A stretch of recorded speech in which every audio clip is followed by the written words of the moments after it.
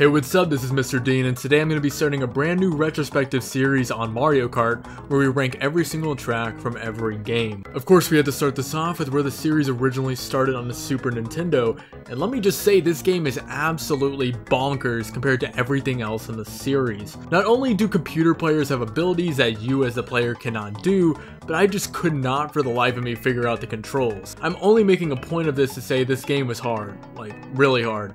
So this probably impacted my thoughts on some of the tracks. Also, out of all the Mario Kart games, this is really the only one where every track basically feels like the same thing, so coming up with this list was not easy. The general rule of thumb is this is based on how much fun I had playing the tracks, what kind of strategies could be employed while playing, and how pissed off I got while playing. With that being said, let's go ahead and rank the tracks for Super Mario Kart. In last place, we have Choco Island 2. Both of the Choco Island tracks were pretty terrible, but this one had more mud, which makes it even worse. Aside from the obvious that this is an absolute eyesore to look at, I didn't even have fun racing because of how annoying the mud and the little ramp things were.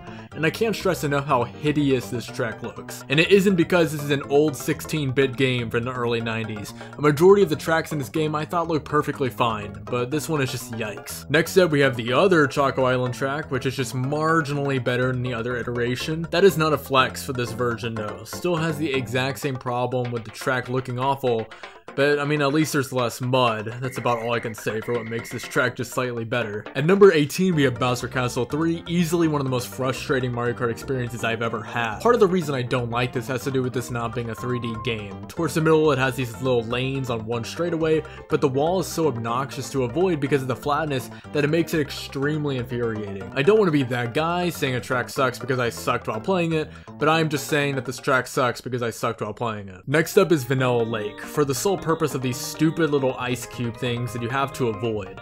I know Vanilla Lake 2 is probably supposed to be harder and more frustrating, but for some reason I actually found it to be the opposite. I actually did enjoy the light blue aesthetic of this track, but I'd be lying if I wasn't screaming inside half the time while playing. Number 16 is Koopa Troopa Beach. I've never been a huge fan of beach tracks from Mario Kart, and we definitely have had worse, but this one isn't incredible by any means. I think this is where we really go from the tracks I didn't like to the tolerable ones. This definitely isn't bad by any means. The water randomly slowing you down when you go over it gets a little annoying, but like I said, it's alright, and at the end of the day you can always just hop over it. Vanilla Lake 2 has some insane water you have to avoid, but this one is pretty quick and painless, so it's passable. There is an off-road cut that I actually found using Shroomless was useful as it let you avoid the water during the middle part of the track, and of course there's these sort of ice cube obstacles, but they are much easier to avoid in this track overall. Is this considered the harder of the two Vanilla Lake tracks by most people?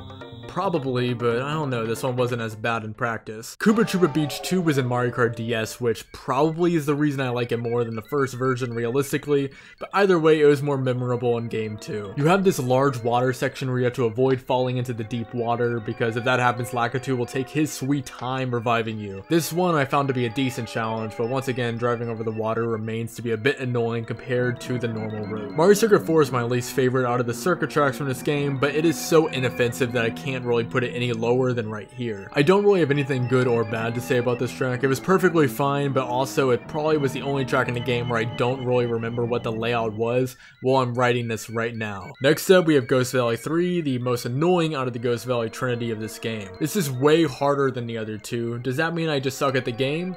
Probably, but it is my list, so I don't care. The random holes in the track really did it for me. Yeah, it can be a fun challenge, and it definitely was memorable, but maybe was a little bit mentally scream-inducing at times. Mario Circuit 3, that one track that was in wheat. Is the fact that I have nostalgia playing this track from Mario Kart Wii amplifying my ranking of it? Probably, because realistically this is just as basic and boring as Mario Circuit 4, but I think 11 is a pretty appropriate ranking for this track. There are some fun little off-road shortcuts you can do with this track, so strategy is definitely at play, but the other two Mario Circuits are leagues above this one. 10, we have Rainbow Road. Bonus points for being an iconic track. I am actually perfectly fine with the difficulty on this track. I mean, it is the last track of the game, and by this point Rainbow Road is well known for being the hard track.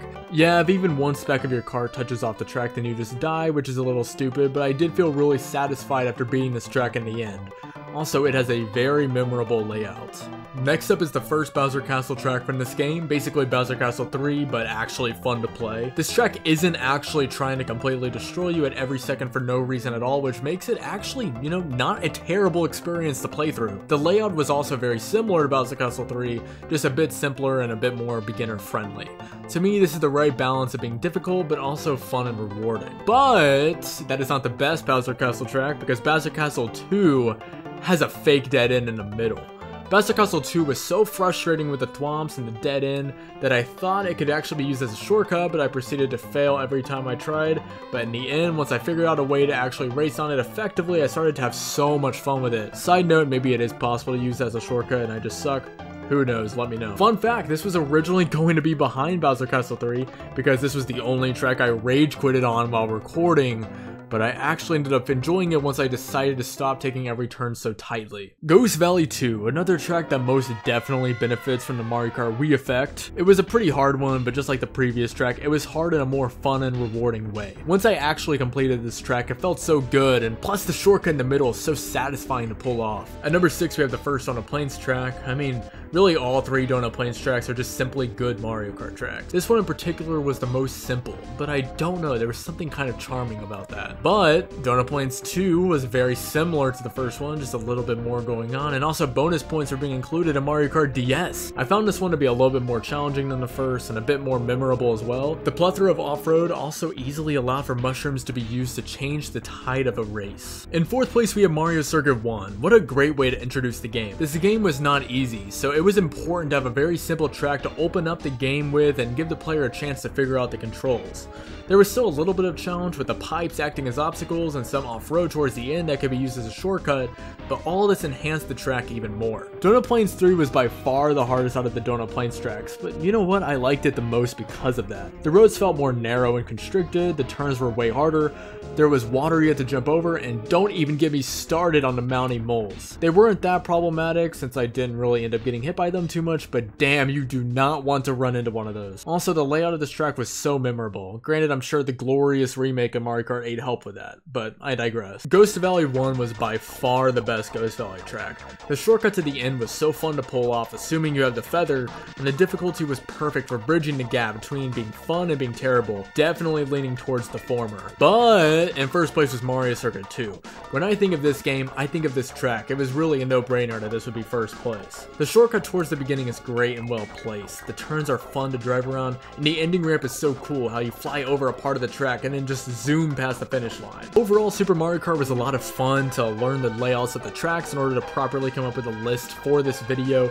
Granted, this video will definitely be the shortest out of the entire series just because of how similar and primitive a lot of these tracks are for this game. But as with all my videos, if you made it all the way through, I really appreciate it a lot. Thank you so much for watching, and as always, peace out.